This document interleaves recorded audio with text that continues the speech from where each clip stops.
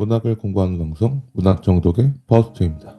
무스비입니다. 저희는 이상문학상 작품집 2018년 제42회 읽어왔고요. 지난 시간에 손원규 작가님의 대상 수상작 꿈을 꾸었다고 말했다를 거의 1시간 반 넘게 이야기를 했습니다. 자, 이번 시간에는 손원규 작가님의 자선 대표작 정읍에서 울다를 먼저 보도록 하겠습니다. 이 정읍에서 울다라는 작품은요, 이렇게 시작하죠. 첫 문장이 혹시 정읍댁이라고 기억하는가? 잘 모르겠어요. 나도 그러네. 몇 해 전에 돌아가신 감나무집 할머니 아닐까요? 자네 어머니가 그분은 아니라고 해서 어머니는 괜찮으세요? 똑같네. 뭐 이런 식으로 시작해요. 그 정읍댁의 정체, 그러니까 아내가 지금 치매 걸렸거든요. 그래서 아내가 남편한테 계속 하는 말이 정읍댁을 불러줘요. 이런 말을 계속해요. 그러면 남편도 미치고 이게 누구지? 독자들도 정읍댁이 누구지? 이런 형식입니다. 이게 하나의 어떤 이야기를 추동하는 포인트가 되는 거죠. 궁금증을 유발하고 뭐랄까 소설가들은 이런 걸 되게 잘하는 것 같아요. 정읍댁이 누구야? 이게 끝까지 가잖아요. 이 소설이 끝까지 읽게 하는 포인트가 되는 거예요.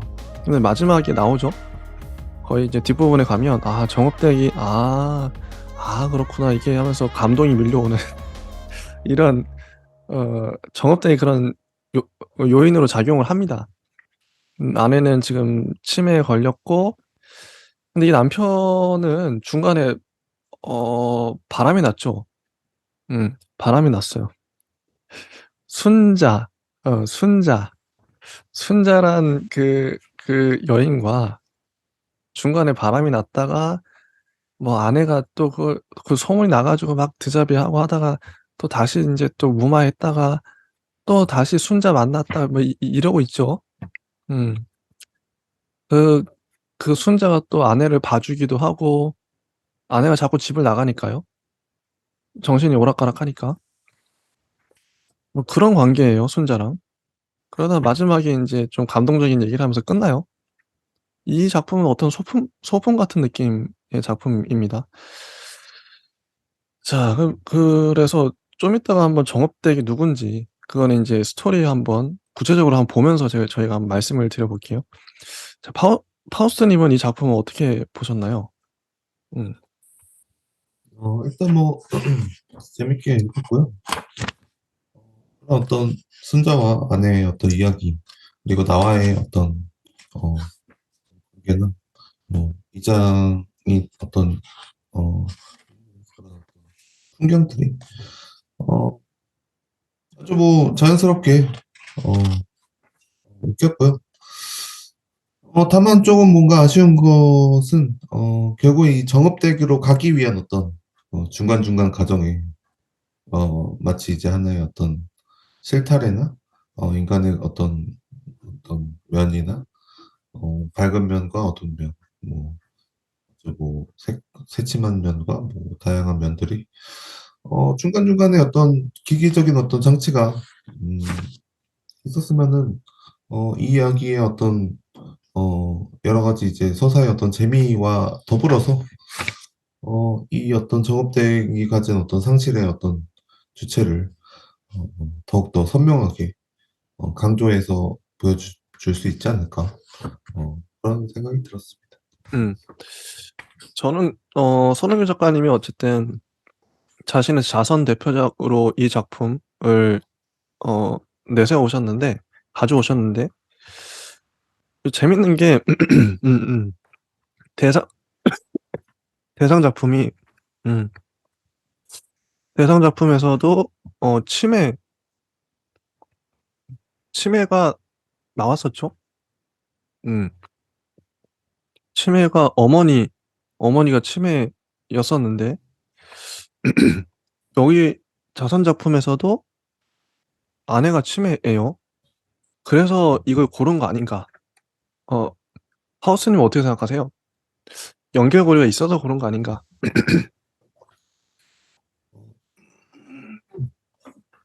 아무래도 뭐 많은 이제 작가들의 어떤 성향들을 본다면 자선 대표작이 사실은 자신의 어떤 이야기에 가까운 어떤 가장 가까운 이야기이거나 아니면 가장 이제 친구의 어떤 추억이나 어떤 자신의 어떤 소설의 어떤 계기가 됐던 친구의 이야기나 뭐 자신이 이제 가장 아끼고 사랑하는 어떤 소설 이라는 어떤 성향이라고 보여지거든요.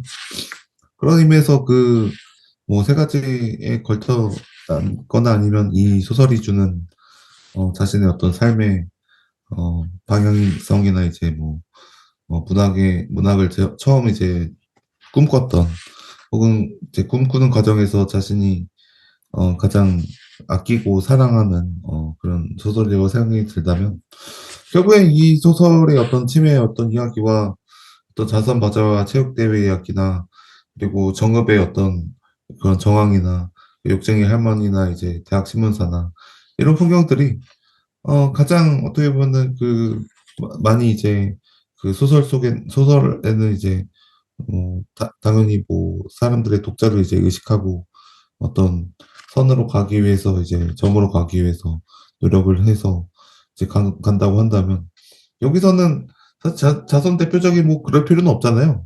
음, 내가 소중한 거를 그냥 음, 보여주면 되니까. 저는 개인적인 의견으로는 이상 문학상에 자선 대표작 안 실어도 안 실어도 되지 않을까. 저희가 혹시 좀 그동안 자선 대표작 보면서 좀 실망 많이 했잖아요. 대상과 좀 비교되면서 아니 대상은 이렇게 좋은데 자선 대표작은 별로네 이런 이런 적이 많아서. 근데 그것도 이해는 돼요. 어, 왜냐면 해당 해에 가장 잘 쓴 작품들을 우수상으로 뽑고 그중에 대상을 뽑은 거잖아요. 근데 그거보다 자선 대표작이 좋긴 어렵겠죠. 일반적으로 봤을 때. 그런 아쉬움. 자선 대표작을 굳이 실을 아무튼 보겠습니다 한번. 115쪽에 보면 아내에 대한 묘사가 나와요. 아내는 성정이 드세고 거칠어서 젊은 시절부터 악바리로 통했고 마을 대소사에 사사건건 개입하여 분란을 일으켰다. 농화를 왔던 대학생들 사이에서는 욕쟁이 할머니로 알려져 대학 신문사에서 취재를 온 적도 있었다. 어, 아내가 이런 성정이에요. 성격. 음. 아내가 파킨슨병을 앓은 뒤로 그의 집은 소설해졌다. 음. 그리고 116쪽에 보면 이런 대화가 오가죠. 어디 가시오? 마을회관에. 무슨 일로요? 서울서 온다던 기자들. 정읍댁은요? 난 모르겠네. 정읍댁은요? 자네가 말을 해줘야 알지. 이렇게 정읍댁이 도대체 누구야? 이게 이야기를 추동하는 정말 중요한 요인입니다. 정읍댁 얘기 빠졌으면 이게 참 어려웠겠죠. 이야기를 참 이어가는 게. 그래서 이 남편은 계속 물어봐요. 사람들한테. 정읍댁 알아? 뭐 이렇게. 그리고 119쪽에도 보면 순자. 어, 순자. 이름도 순자. 오빠 잘 지내요? 자네도 잘 지내는가? 여기 많이 변했지라? 난 모르겠네. 처녀총각 때 왔잖아요. 그랬던가? 국립공원도 되기 전인 게 오래전이긴 하죠. 음, 오빠라고. 이제 둘 다 할머니 할아버지거든요. 자, 122쪽. 그 막걸리 한 잔에 얼굴이 달아오른 순자의 달콤한 숨이 그의 코밑을 간지렸다. 만약 가슴 깊은 곳에 영혼이라 부를 수 있는 게 있다면 바로 그 영혼을 부드럽게 쓰다듬는 손길 같았다. 순자와 함께 있으면 언제나 그랬다. 그것이 불러일으키는 추억은 순자라는 한 여자와의 추억이 아니었다. 그의 유년 시절과 소년 시절의 혹은 그가 잃어버린 열망과 꿈이 담긴 과거 전체였으며 그가 결코 되돌아갈 수 없고 재현할 수 없는 인생의 어느 시기였다. 그가 아름다웠던 시절, 그가 선량했던 시절, 타락이 무엇인지 몰랐던 시절. 그래서 순자와 헤어질 때면 자신의 과거가 등을 돌리는 듯한 기분이 들었고 이 결별이 타인에 의해 강제로 이루어진 듯한 억울함을 느꼈다. 그의 가슴속 깊은 곳에 정말 영혼이 있는지는 알 수 없으나 아내에 대한 원망이 있는 것만은 사실이었다. 그가 아내와 결혼하여 일가의 가장으로 삶을 꾸리게 된 순간부터 그가 꿈꾸었던 모든 것들과 이별해야 했고, 그토록 비장하게 그가 바라던 세계에서 떨어져 나왔음에도 결국 초라한 늙은이밖에 되지 못했다는 서러움만은 확실히 그의 가슴속에 자리 잡고 있었다. 음, 이랬던 거죠. 순자를 만날 때마다, 또 아내를 볼 때마다 아내에 대한 그런 원망, 순자를 만날 때마다 젊은 아름다웠던 시절로 돌아가는 듯한 느낌. 이렇습니다. 음, 쭉쭉 넘어가서 129쪽에 보면 그는 정업댁이 누구인지 알 것 같았다. 그와 아내가 젊었던 시절 포천에서 파주에서 수색에서 그리고 저 멀리 남쪽 김해에서 아내는 최중사의 아내이면서 한편으로 군인 가족이 아닌 다른 이웃에게는 정업댁이었으리라. 아내가 아내를 찾는다고 해서 이상할 건 없었다. 젊은 시절의 어느 한때의 기억이 고정된 것일 수도 있었고 혹은 바로 그 시절만이 기억에서 삭제된 것일 수도 있었다. 다정한 어느 이웃이 최종사의 귀가가 늦어지는 어느 밤 살건 목소리로 아내를 달랬을 수도 있었다. 정업댁 산다는 건 다 그런 거라네. 그래서 남편이 아내가 정업댁이구나 깨달은 거죠. 정업댁이 그리 보고 싶은가? 정업댁을 불러줘요. 감나무집 어른도 아니라 했지? 그 사람 아니에요. 당곡리 부녀회장도 아니겠지? 그 사람 아니에요. 그럼 대체 누군가? 정업댁을 불러줘요. 자네가 자네를 찾는데 어디 가서 불러오나? 여기 있지 않은가? 이렇게 말을 합니다. 자, 134쪽을 넘어가면 서남댁 아니 정업댁 밤 공기가 솟아파오. 이제 들어갑시다. 나 정업댁 아니오. 정신이 들었소? 나 정업댁 아니라고. 정신이 들었구려. 정업댁이 누군지 참말로 모르시오? 자네가 정업댁이지? 나 아니오. 그럼 누구란 말이오? 우리 딸 말이오. 우리 딸? 첫 애기, 포천서 얻은 우리 첫 딸. 아내를 업고 걷는 탓인지 그의 이마에 식은땀이 맺혔다. 자네 그 딸을 기억하는가? 기억하고 말고. 해렴으로 잃은 것도 아무렴요? 내가 묻은 것도 나 그게 포안이 되었소. 자네가 아무 말 없어서 난 몰랐네. 나도 가보고 싶었소. 시방이라도 갈 수 있네. 데려다 주시오. 근데 왜 우리 딸이 정업댁인가? 다 키워서 서울로 시집 보낼 거였은 게 자네 혼자 큰 딸을 키우고 있었네 그려. 데려다 주시오. 그래 가세. 아, 이 대사. 어, 뭔가 찡하죠. 그는 솔밭으로 들어가 한참을 소리 죽여 울었다. 잊었던 일들, 잊었다고 믿었던 일들, 잊을 수 없는 일들이 한꺼번에 그에게 들이닥쳤다. 산 자식보다 죽은 자식이 그리워지는 날이 올 줄은 알았다. 그는 한 번도 아름다웠던 적이 없는 것 같았다. 선량했던 적도 순수했던 적도 없는 것 같았다. 그럼에도 불구하고 아내를 사랑했던 것만 같았다. 그리고 마지막 대화가 나옵니다. 이렇게 업어주니 좋은가? 언제 업어준 적 있소? 많지. 헉도 오래 살기나 하소. 오래 못 살면 나도 못 살아. 헉이나 남정네 죽으면 여편네 20해라지만 여편네 죽으면 남정네 2해라네. 당신 살자고 나 죽지 말란 말이오? 그렇게라도 산다면야. 그렇게라도 살아봅시다. 여보 임자 말 안 해도 알지? 말 안 하면 모르오. 말 안 해도 아는 걸로 믿겠네. 마음대로 하시오. 이게 끝나네. 이게 다예요. 지금 이 소설에 대한 얘기를 다 한 것 같아요. 자, 파우스님의 좀 얘기를 한번 해주시죠. 지금 읽었던 장면들이 있는데요. 음, 저는 오히려 이 구조가 좀 더 마음에 드는 것 같고요.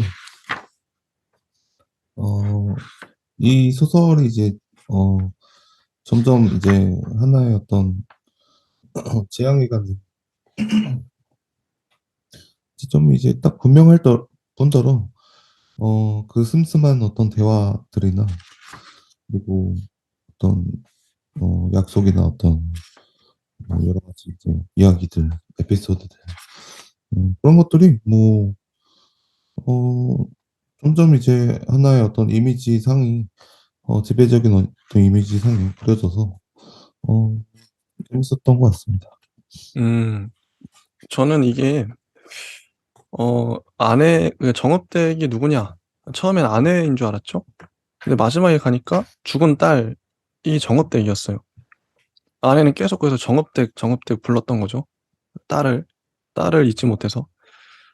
그게 참 감동이었고, 남편과 이 아내의 이 대화, 슴슴하다고 했는데 정말 어떻게 보면 깔끔하죠, 대화가. 건더더기 없이. 근데 어떤 정의랄까? 사랑, 애정이 느껴지고. 근데 이런 관계가 또 감동이랄까? 중간에 남편이 바람을 피우잖아요, 아내 모르게. 그리고 아내를 또 그 바람 피우는 사람한테 또 맡겨요. 근데 이게 그래서 이 관계가 앞으로 어떻게 될지 모르겠지만 "오빠 잘 지내요?" 뭐 이렇게 이 순자. 이 소설에서 순자는 어떤 역할일까요? 이 순자가 들어감으로 인해서 참 묘하게 됐거든요. 독자들은 남편이 바람난 걸 알아요. 아내는 모르죠. 근데 어떻게 보세요? 저는 이 순자가 결정적인 결정적인 역할이지 않나. 음. 근데 이게 또 독자가 사실 이제 끼어들기는 좀 약간 민망한 모양새인 게요. 순자라는 어떤 그런 역할이 사실은 여기서 이제 정희 언니 먹으라면서 홍삼 드링크 상자를 건네는 어떤 캐릭터, 그리고 아내의 병은 보통 치매와 달라 뭐 별 쓸모 없을 거라며 뭐 사양했고 이제 오빠나 먹으라며 그의 포엠에 안겨주는 어떤 그런 캐릭터, 순자의 뭐 달콤한 숨이 그의 코밋을 간지렸고, 음, 영혼이라 부를 수 있는 게 있다면 바로 그 영혼을 부드럽게 쓰다듬는 손길 같은 그런 순자의 어떤 추억인데요.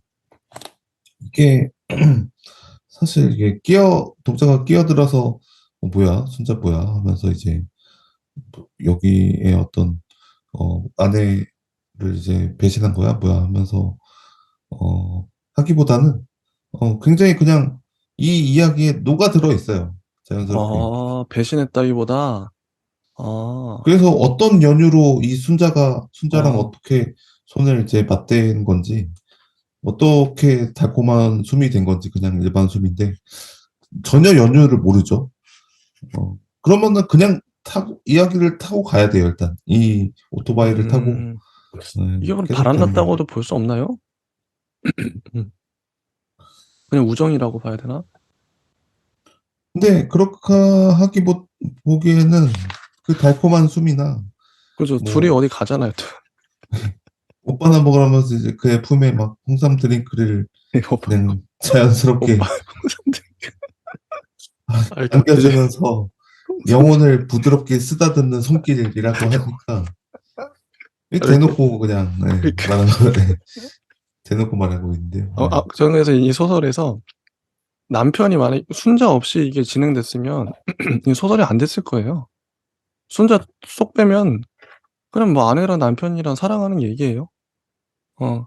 근데 순자라는 어떻게 보면은 뭐 어 이게 눈의 가시처럼 보이기도 하고 남편은 바람핀 거니까 뭐 이게 좀 계속 걸려요. 걸리고 남편이 아내에 대한 마음이 100%가 아니구나. 그럼에도 불구하고 또 아내를 버리진 않고 의리가 있고 이게 좀 그래서 읽는 독자로 하여금 복잡한 신경이 되게끔 만들거든요, 순자가. 그래서 저는 이게 소설이 될 수 있었다고 생각합니다. 현실을 닮았잖아요. 좀 순자의 역할이 중요했다. 전 그렇게 보고요. 이제 넘어가서 구병모 작가님의 "한 아이에게 온 마을이"를 보겠습니다. 드디어 인제 우수상이에요. 우수상인데 이 소설은 독특해요. 이게 어떤 거 생각나냐면 저희가 음 그 제목은 잘 기억이 안 나지만 그 인테리어 그 아파트 인테리어 소재로 한 소설이 있었죠. 음. 그 소설 이건 인테리어를 로 쓸 수 있는 소설이다. 그런 얘기했었고 또 어떤 소설 이게 소재가 독특하거든요. 근데 이 소설은 뭐냐면 서울 사람이 시골에 가요. 남편이 교사죠. 선생님인데 시골에 갑니다. 근데 아내는 집에 있죠. 임신해서 집을 시골 집을 지키고 있어요. 자꾸 시골 사람들이 찾아오네.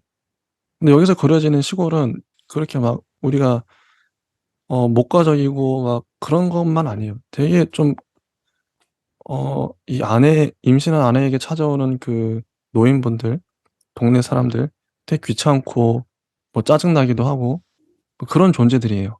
성가시기도 하고 눈치 없고 그렇게 느낄 수도 있겠다. 어. 그래서 이 아내는 괴로워하죠. 남편은 맨날 늦게 들어오고 아내 혼자 일 다 하고 그 마을 사람들은 계속 나를 감시하는 것 같고 집에 와서도 계속 눈치 없이 거실 둘러보고 가고 그러잖아요. 그런 거 정말 절묘하게 잘 썼어요.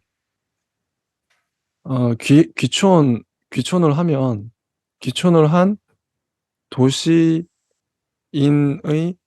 심정을 적나라하게 묘사한 작품입니다. 전 깜짝 놀랐어요. 이 작품이 전 우수상 받은 작품 중에 제일 좋지 않나 싶을 정도로 신선했습니다. 어 우리가 알고 있는 귀촌에 대한 어떤 환상 그런 거 없어요 전혀. 어떻게 민낯을 보여줍니다.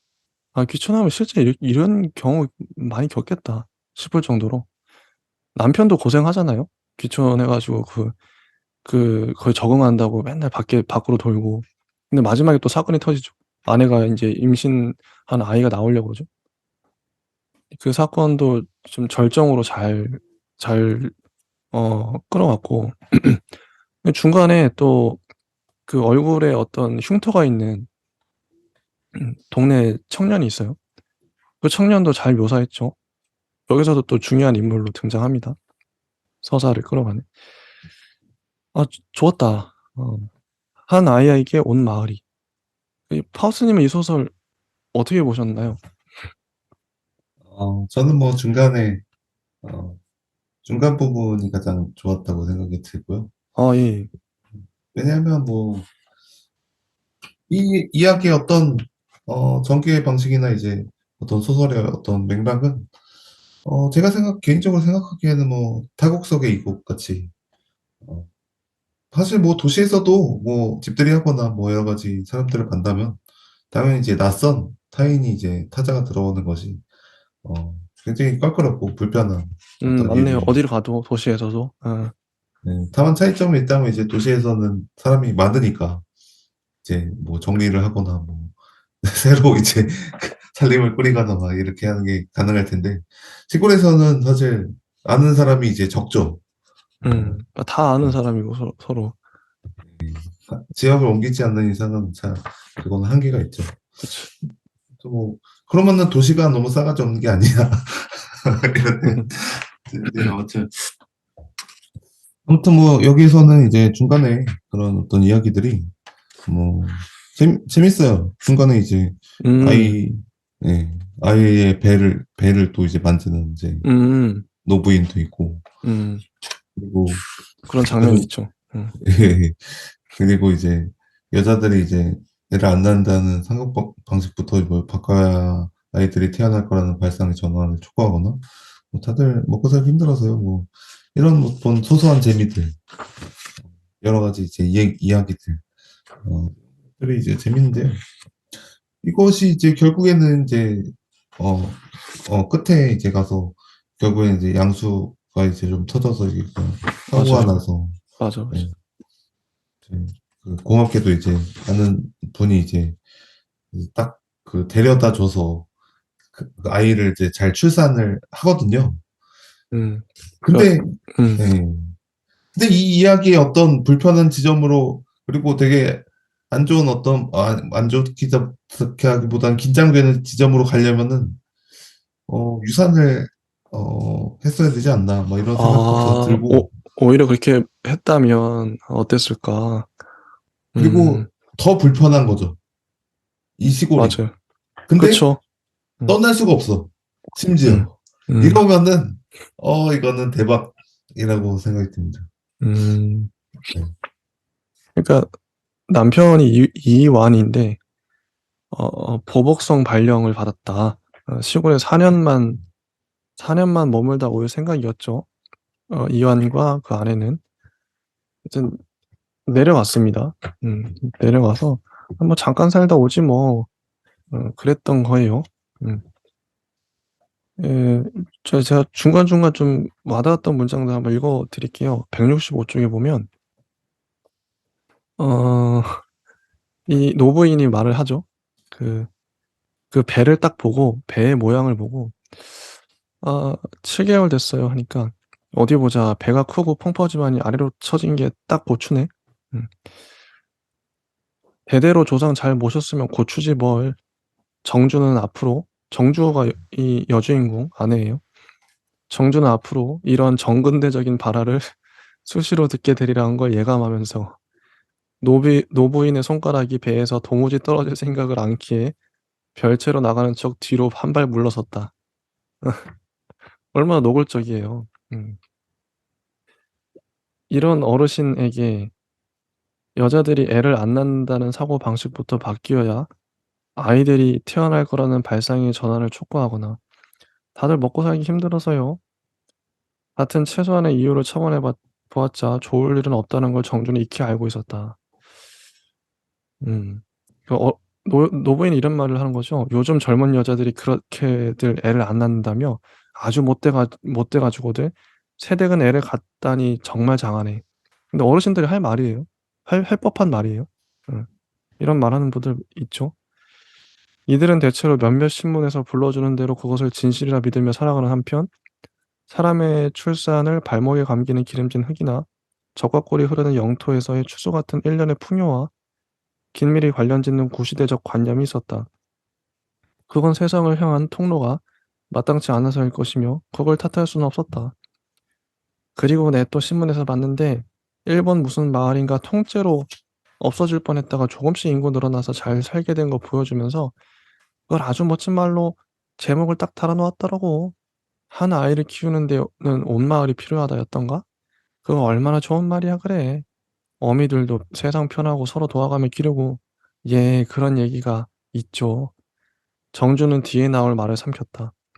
그거야 어르신들의 보편적 과거 체험이겠지만 이제와 그런 사회학적인 명제로 익히시느라 애쓰셨습니다. 이런 어르신들의 세계 속 어린이들은 차 없는 거리에서 아무런 위험에도 노출되지 않고 다방구나 땅 따먹기로 왁자하게 뛰놀다 저녁 연기가 피어오르면 각자의 집으로 뛰어가는 생물들이었다.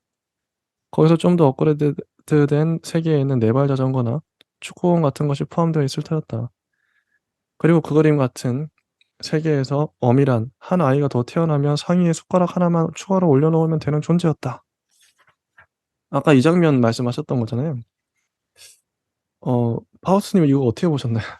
이게 참 정주의 생각이 맞거든요. 그리고 노부인이 으로 대표되는 이 좀 되게 어떻게 보면 되게 보수적이고 참 정근대적인 생각을 갖고 있는 그런 분들 대비가 정확하게 되죠. 음. 어떠셨는지. 예. 어, 저는 뭐, 이 이야기가 어떻게 보면은 또, 어, 어떻게 보면 전에 어떤 정통적인 어떤 방식의 소설들처럼 뭐 가져가는 어떤 이미지나 심상이나 어떤 이야기가 있을 거라고는 생각이 또 들면서도요, 어떻게 보면 좀 감각적인 어떤 부분이라고 할 수 있는 게요. 분명 이 여자의 어떤 심리, 그리고 또 사건을 이제 마주했을 때의 어떤 감정들, 그리고 노부인의 어떤 행동에 따라서 뭔가 하나하나 뭔가 불편한 어떤 기척이나 어떤 소리가 들리는 듯한 그런 심리적인 어떤 부분이 접합이 되게 잘 돼 있다고 생각이 들고 예. 결국에는 이 얘기 자체는 사실 그렇게 막 뭐 엄청 무거운 주제나 뭐 뭐 특별한 건 아니거든요. 근데도 되게 재밌는 게요. 이 장면과 사건과 심리와 이 배경을 적절히 잘 그리고 있어요. 맞아요, 맞아요. 그래서 음, 중간중간에 이렇게 재밌어서 음, 내가 이제 이 세대기 돼서 맞아요. 시골에 이제 처음 이제 음, 떨어진 것 같은 맞아요, 맞아요. 막 창고 같은데 막 먼지 붙어 있고 막 음, 노부인이 막 내 배만 지고 막 이런 것 같은 이런 말 하고, 어, 남자를 낳아야지 있습니다. 하면서, 네. 아직도 이런 분들이 있다니. 어쨌든, 이제 넘어가겠습니다. 좀 넘어가서 다른 부분도 보면, 남편은 어쨌든 바빠요. 어, 169쪽에 보면 바쁘다.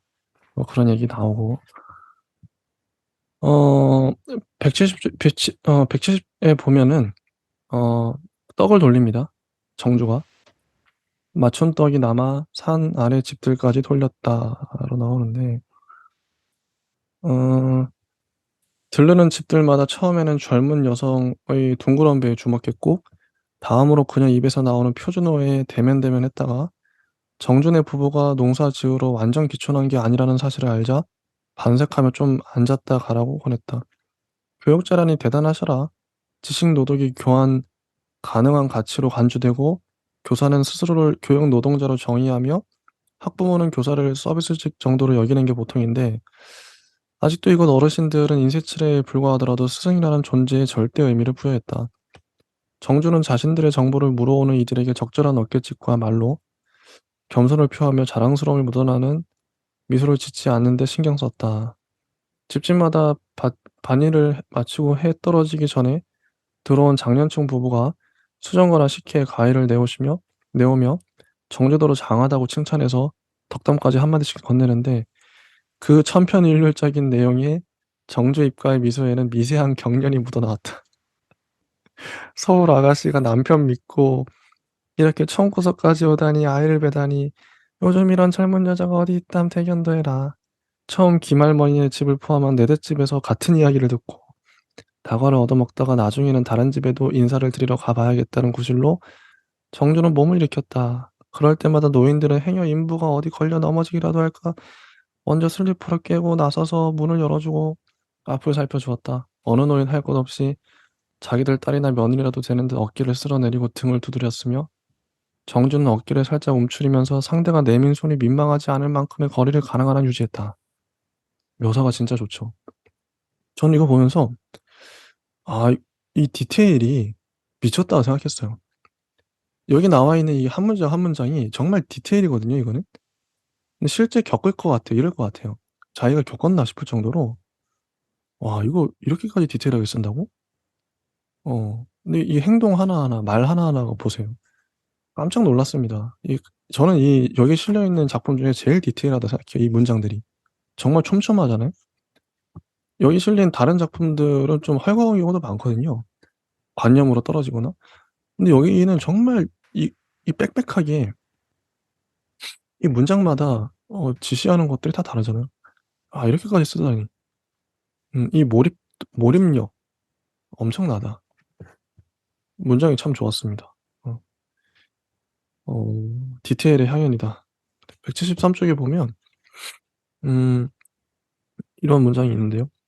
눈앞에 지급된 현실의 사포로 마음에 일어난 불쾌의 거스러미를 알아내고 부족한 남편을 잘 부탁드린다 했다. 별 말씀을 다 얼마나 솔선해서 일처리를 빠릿하게 하시는지 의지가 많이 되고 저희가 도리어 힘을 받는다는 교정의 인사치에도 감사로 호응했다. 그리고 집에 돌아와서는 이완과 다투었다.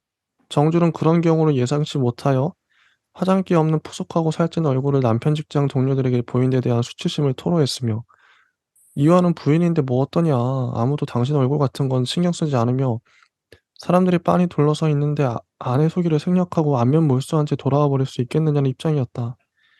그의 말은 일리 있었지만 정주는 감지 못한 머리를 질끈 묶고 나온 자신의 얼굴과 질 초음파 검사대에 올라가 다리를 벌리기 용이하도록 펑퍼짐하고 후줄근한 홈드레스 쪼가리를 걸치고 나왔을 뿐인 자신의 불어난 몸집이 무엇보다 그전과 달리 일하지 않고 있는 자신의 모습이 총체적으로 마음에 들지 않았고 그런 모습을 처음 만나는 타인들에게 아무런 방어도 못하고 드러냈다는 사실 자체가 동물원 원숭이가 된 느낌이라 불쾌할 뿐인데 이는 어느 정도 느낌이 문제만이 아니라 사실에 가깝다고 주장했다.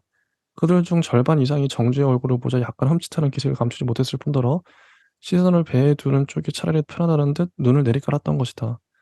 어째서 사람들은 사전 약속도 없는 상태에서 타인의 부인이 바로 근처에 와 있다는 이유만으로 그리 쉽게 인사를 하러 오는, 정확히는 받으려 드는 것인지, 이쪽이 전혀 준비되지 않은 상태에서 임신으로 인해 기미가 끼고 피부 트러블이 덕지덕지 앉은 채 눈썹도 반만 있는 얼굴을 단지 신분 및 소속 증명, 이 사람은 제 아내이며 저를 픽업하러 왔습니다.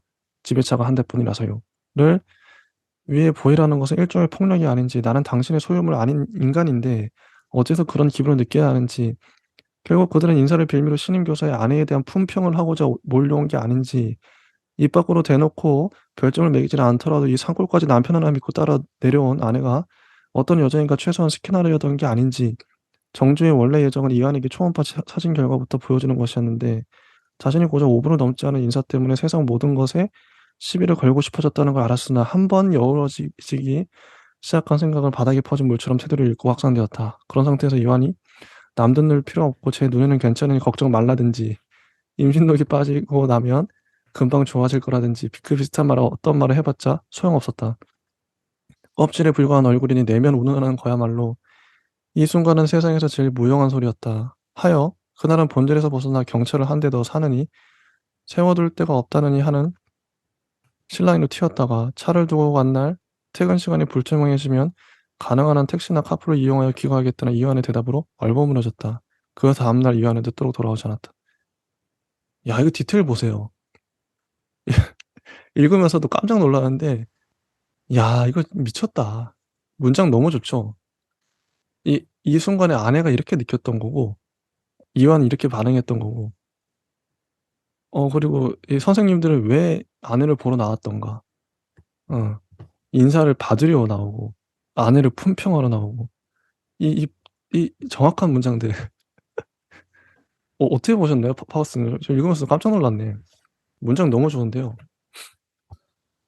여기에서는 약간의 어떤 왜곡이 들어간 느낌이 조금 들었는데도 재밌는 게요. 사실 뭐 시골에 이제 갑자기 이제 뉴비가 이제 등장해서 이제 호기심에 이제 많은 사람들이 와서 이제 위로를 뭐 위안도 해주고 칭찬도 해주고 막 그러는 어떤 상황인데요. 굉장히 좀 이 불쾌한 어떤 상황이 될 수도 있잖아요. 이 여자 입장에서는 뭐 그렇죠. 모두가 이제 와서 이제 하니 뭐 이렇게 호기심에 와서 이제 뭔가 이렇게 이렇게 시선을 굉장히 많이 받으니까 뭐 뭐 저희 동네에도 뭐 태연이나 아니면 뭐 방탄소년단이나 뭐 연예인이 있으면 저도 그 시간대에 굉장히 좀 기대를 하고 한번 나가보기도 하고 혹시 뭐 연예계 생활은 어떤가 막 입이 간질간질하기도 하고 막 이렇겠죠? 아무튼 음, 그런 것처럼 뭐 여기서의 어떤 음, 인간의 어떤 보이는 군상들이 살짝 왜곡되어 있거든요. 그 음, 이게 정조의 왜곡 시선이, 네. 음, 어, 그렇게 왜곡적인 것까지는 좋은데요. 어, 이런 왜곡을 또 인지하는 것까지 이제 나가면 더 좋았다는 생각이 들고, 음, 결국에는 이제 어떤 그런 남편을 향한 타인의 호기심을 자신한테로 돌리는 데 주력하는 어떤 상황에서, 음. 여러 가지 이제 사건들이나 에피소드가, 어, 저는 더 불편해져야 된다. 오히려 더 밀어붙여서, 좀 어, 뭔가 계속 안 맞고, 불편하고, 갈등을 어, 일으키고, 그럴 불편해져야 수 된다. 있죠. 어, 네. 그래서 좀 더 읽어드리면, 175쪽인데요. 김할머니를 비롯한 이웃들은 사흘이 멀다 하고 직접 만든 음식이나 재배한 채소를 들고 찾아왔다. 이런 거 시골에서 있을 법하죠. 근데 이거를 정주가 어떻게 느꼈느냐가 중요해요. 세댁, 우리 하우스에서 딴 건데 좀 먹어봐. 생긴 게 이래서 어디다 못 파는 게 하나 가득일세.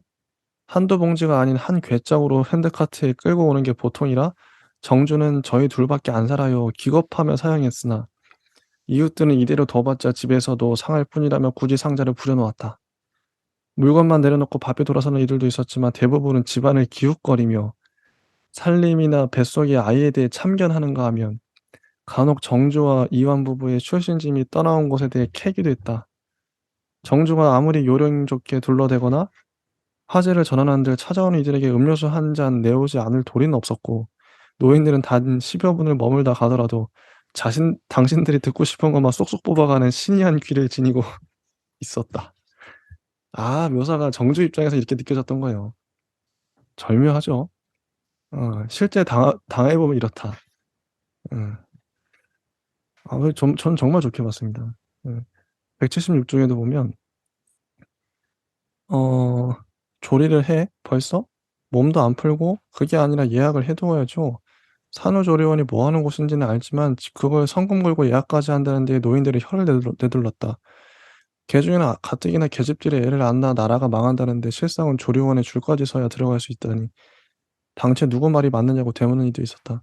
거기에 더해 옛날에는 여자들이 일하다 밭고랑에 주저앉아 낫으로 탯줄을 끊었다느니 집에서 돌보는 게 당연한 것을 무슨 애 낳는데 호텔식이나 잡아 들어가느냐든지 한 사나흘 보존하며 미역국 먹고 나면 의뢰 다시 밭일하러 애를 업고 나오는 법이라는 19세기 레퍼토리가 한치도 기대에 어긋나지 않고 돌림 노래처럼 흘러나왔으며 남편이 피땀 흘려 벌어다 준 돈을 장사치들 아가리에 쏟아부어 되겠느냐는 대목에서 정주는 더 이상 참지 않고 먼저 가방을 챙기거나 겉옷을 꿰는 등 부스럼을 떨면서 "이제 정말 시간이 없으니 나가 봐야겠는데요." 했다. 그러니 방문객들은 앞만 봐도 집에서 살림 돌보는 게 전부인 여자가 어째서 시계를 수시로 들여다보며 종종거리는지 이해할 수 없다는 듯한 표정으로 앉은 자리를 털었다. 정주 입장에서는 이 마을 주민들이 폭력적으로 다가온 거죠.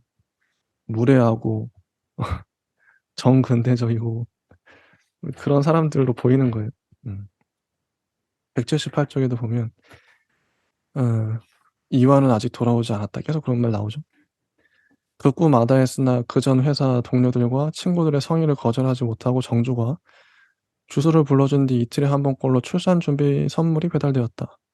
한날 한시에 도착하는 게 아니라 어느 날은 아기 이불, 이튿날은 수유 쿠션, 강화 유리 젖병 세트, 전동 유축기, 젖변 살균 소독기, 베넷저고리 우주복, 아직 아이가 태어나지도 않았는데 성급하게 흑백 모빌 세트, 헝겊 딸랑이, 업체 대여로 잠깐 쓰고 반납하는 걸로 하면 되는 걸로 여겼다는 원목 아기 침대, 7개월 넘은 아기에게나 필요한 보행기를 보낸 동료들도 있었다. 대부분 아이를 먼저 낳고 키워서 이제 처분하렸던 것을 집에 오래도록 두기도 비좁고 이참에 청소 겸해서 정주에게 보낸 것이다. 뭐 어쨌든 이런 식으로 정말 디테일하죠. 디테일이 살아있다. 살아있다. 그리고 중간에 인제 음 얼굴에 인제 흉터가 있는 그 슈퍼 아저씨 있잖아요. 그 아저씨를 만나는 에피소드도 재밌습니다. 음. 183 쪽에 보면 어 "아마 최 씨는 그저 지내기만 하면 됩니다." 같은 말을 뒤이어 붙였을 테지만 정주는 클래식 연주의 잔향과 커피에 취하여 그다지 귀담아 듣지 않고 있었다.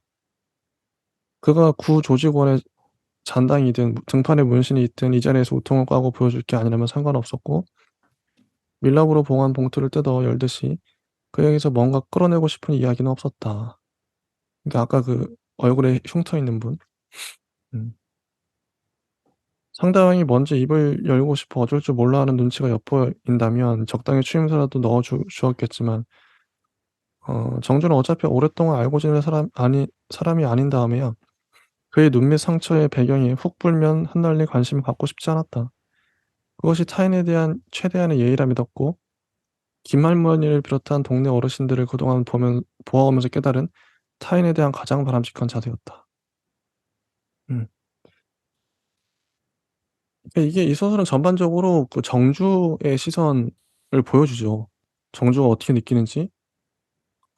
근데 이게 어 되게 페미니즘적이에요.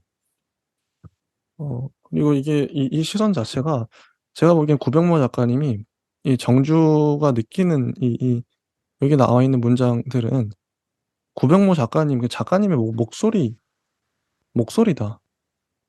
이게 좀 더 뭐 과격하게 말하면 독자들한테 '이런 상황에서는 이렇게 생각해야 된다.' 이런 걸 보여주는 것 같아요. 제가 봤을 땐. 어떻게 보면 그 뭐랄까 거의 이제 독자들을 뭐 가르친다기보다는 교육? 이거 보여준다. 이런 느낌이 들 정도로. 근데 그게 뭐 물론 좋은 의미로 그렇게까지 뭐 강압적으로 느껴지진 않지만 어 그런 그런 뉘앙스가 강한 것 같아요. 고병모 작가님은 그걸 보여주고 싶었던 것 같아요. 얼마나 무례한가 봐라. 이 시골 사람들, 이 젊은이 그 딱 보면은 여기서 옳은 사람은 자 옳은 사람과 좀 무례한 사람, 그런 사람 나눠 보면 이 정주 이 아내는 임신한 아내는 옳고 이 남편을 비롯한 이 마을 주민들 다 그러거든요. 잘못됐어요. 무례하고 남편은 맨날 늦게 들어오고 아내 생각도 안 하고 이게 나눠지죠. 음. 이 의도한 걸로 보입니다. 하우스님 어떻게 보세요? 저는 뭐 좀 더 이제 뭐 페미니즘적인 어떤 시각으로 이제 가려면은 제가 보기에는 좀 더 마을 사람들의 어떤 눈에 욕망이 좀 이제 그녀에게 가득해야 되고, 아, 욕망을. 예. 음. 그리고 저기 저편에서 막 뭐 사비랑 이런 거 들고 막 어디 뭐 밭 일을 하면서 막 이제 막걸리 마시다가 막 남자 둘이서 막 싸우고 막 그런데 결국에는 뭐 그것도 막 치정 싸움이고, 그리고 뭐 여러 가지 뭐 빗물 막 이제 닦아내면서 이제 가게 안에서 있는 채씨나 뭐 다른 어떤 등장인물도 어, 어떻게 이제 좀 해보려고 뭐 이제 막그 작업치고 있는 어떤 뭐 풍경들이나 뭐 이런 게 좀 많이 이제 가까워야 뭐 사실 그런 게 좀 더 가깝다고 할 수 있는데요. 좀 더 여기서는 위로. 뭐 그런 혐의가 없습니다. 일단은 혐의라고 하기보다는, 예. 음, 사실 그런 것들이 사실 저는 뭐 여자의 입장이 음, 뭐 100% 이해는 가지 않지만 음, 그런 것들이 당연히 이제 다 이해가 조금 가는 어떤 느낌이 좀 있고요. 왜냐면 음, 그렇게 사실 어 남자들의 어떤 뭐 성욕이 당연히 있기 때문에, 네, 뭐 그것 때문에 스트레스를 받는 거, 그것을 오히려 즐기거나 뭐 여러 가지 이제 방향성이 있긴 할 텐데요. 음. 뭐 그것이 뭐 굉장히 좀 껄끄럽게 다가올 수 있는 어떤 부분들이, 예, 있을 수 있겠다. 184쪽을 한번 읽어볼게요. 이 이제 남편이 이제 갈등이 치닫고 있는데 남편이 이런 얘기를 하죠. 깡패 새끼라더라. 이 아까 그 얼굴에 흉터 있는 슈퍼 그 최씨 가까이 가지 말라더라. 넌 어떻게 된 게 밖에 하루 종일 나가 있는 내가 그런 소리를 듣게 만드냐? 이게 노골적이거든요, 이 대사가. 출산 전 마지막 진로여서 월차를 내고 시내 병원으로 동행한 이완이 돌아오는 길에 대뜸 그리만 했다. 빗물이 점점 빠른 리듬을 갖고 제 몸을 부딪혀 오는 차창 밖을 내다보던 정주는 무슨 뜬금없는 소린가 하다가 폭소를 터뜨렸는데 얼마 먹고 쓰는 웃음으로 바뀌더니 입가에서만 조금 나붓기다 멎었다. 카페에서 가게에서 커피를 샀을 뿐이며 쉬어가는 셈치고 커피를 얻어 마셨을 뿐이라는 설명이나 최 씨가 인상만 험악하고 사람들과 섞이지 못하는 것처럼 보일 뿐 깡패 여부는 확정되지 않았다는 변호 또한 나오지 않았다. 해명을 해야 하나 싶은 상황 자체가 모독이었고 이완의 입에서 나오는 것이 아내 신변에 대한 염려가 아니라 마을 사람들 보기 명구하다는 얘기였으므로 설령 변명이나 나아가 거짓말까지 필요한 일이 발생했던들 정주는 아무 말도 하지 않을 터였으며 해보았자 그 말들이 마찰력을 잃고 미끄러져 허공에 부서지리라는 걸 예감했다. 정주의 태도에서 못마땅함을 김이 챘는지 이완은 서둘러 말을 이었다.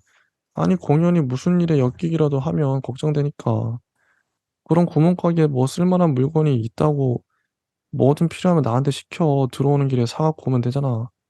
정주는 어디까지나 속으로만 그래 비웃으려던 참이었는데 자기도 모르게 실수와 함께 입 밖으로 흘러나왔다. 헉이나.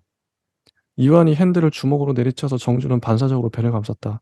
아니 미안. 믿어 믿는데 적신호에 걸리자 이완은 양손으로 제 머리를 쥐어뜯으며 핸들에 고기를 묻었다. 굳이 남들한테 그런 얘기거리를 제공할 필요 없잖아. 그래서 하는 얘기지. 이렇게 누구네 집 개 콧구멍 속까지 들여다보는 마을만 아니라면 네가 뭘 해도 믿을 거고 찬성인데 네 잘못도 아니고 그 남자가 이상하다잖아. 괜히 함께 거론되면 싫잖아. 그렇지? 설득과 강요 사이 어디쯤 자리한 말투로 이완은 혼자 결론 짓고 신호를 받자마자 앞만 보고 운전하기 시작했다. 정주 입속에서는 밖으로 꺼내지 못하는 한마디만이 옹골거렸다. 이상한 사람 아닌데. 첼시가 이상한 사람이라면 마찬가지로 밖에서 온 지 2달밖에 안 된 자신은 얼마나 이상하게 보일지 정주는 짐작해 보았다. 참 이게 남편이란 사람이 근데 이게 작가님이 이게 의도적으로 만들어간 것 캐릭터이기도 해요. 남편이란 사람이 이게 참 못났다. 어. 이 장면 어떻게 보시나요? 저는 뭐 잘 그려졌다고 생각이 들고요. 음. 뭐 이런 어떤 약간 좀 그 남자의 어떤 그런 뭐 마을 사람한테 이제 맞추려고 해서 마을 사람들이 이제 뭐 어디 뭐 새님이라고 뭐 선생님이라고 해서 이제 뭐 이렇게 같이 밥을 먹거나 뭐 그런 거에 이제 끌려다니고 정작 이제 여자의 어떤 심정이나 뭐 처음에 이제 당연히 이제 뭐 친화력이 필요할 텐데 처음에 이제 정착하려면 다른 사람들이랑 이제 친하게 지내야 되고 그리고 뭐 같은 이제 뭐 사람들이라도 이제 뭐 여자 이제 뭐 소개도 이제 같이 시키면서 이제 동갑인 어떤 나이 또래 여자가 있으면은 세대가 있으면 같이 뭐 얘기도 잘 나눌 수 있을 것 같고 공감대도 비슷하니까 뭐 애 얘기하고 뭐 요리 얘기하고 뭐 여러 가지 뭐 도시나 뭐 여러 가지 얘기도 많이 할 테니까 뭐 인터넷 얘기도 하고 뭐 그렇게 붙여주는 것도 뭐 하는 것 같고 음. 좀 답답하지만 아무튼 음. 소설적으로는 뭐 아주 음. 좋죠. 예. 저는 이게 인제 읽으면서도 깨달은 게 보통 그러니까 누군가가 그러니까 "어떤 소설이 좋다. 아 그 소설 참 재밌는데?" 이런 말을 하는 경우가 그러니까 사람마다 이유가 다를 텐데 어떤 소설이 좋은 이유가 그 그 이유 중에 하나가 그거 같아요. 그 소설가의 관점이 마음에 들었을 때 그 관점은 여기 정주 여기 이 소설에선 정주의 관점이겠죠? 철저하게 정주 시점으로 쓰여진 소설이잖아요. 정주가 봤을 땐 남편이 이렇고 마을 사람들이 이렇게 불친절하고 예의가 없고 예의가 없죠. 예의가 없다.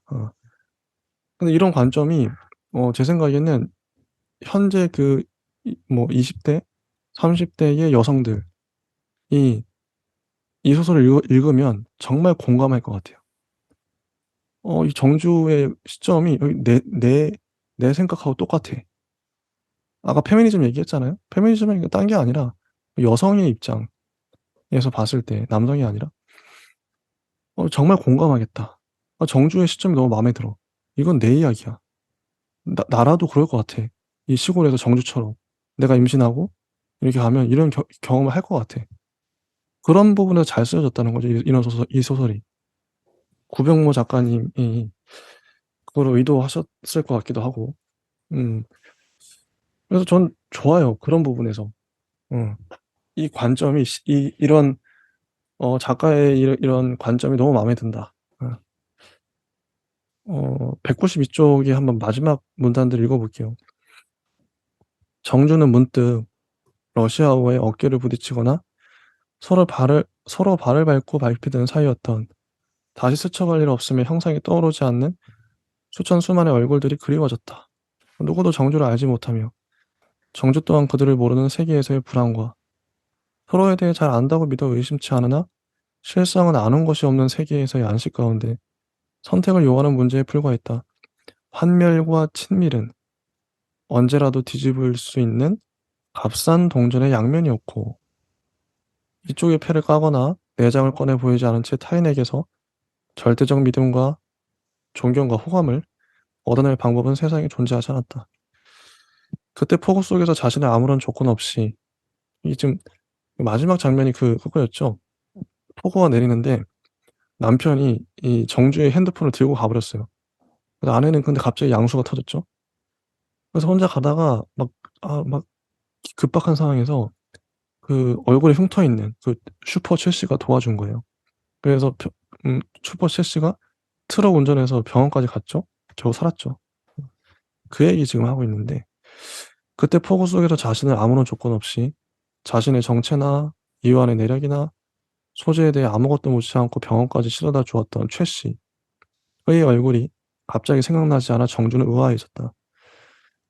막치제와 항생제를 비롯한 온갖 약을 맞아가며 아이를 낳다 보면 며칠에서 몇 주간은 이미지가 철저히, 또는 처절히 붕괴되고 통증이 용해되는 현실은 어느새 허구에 가까워지는 등 기억의 질이 급락하는 경험을 하기 마련이라 크게 이상할 일은 아니었다.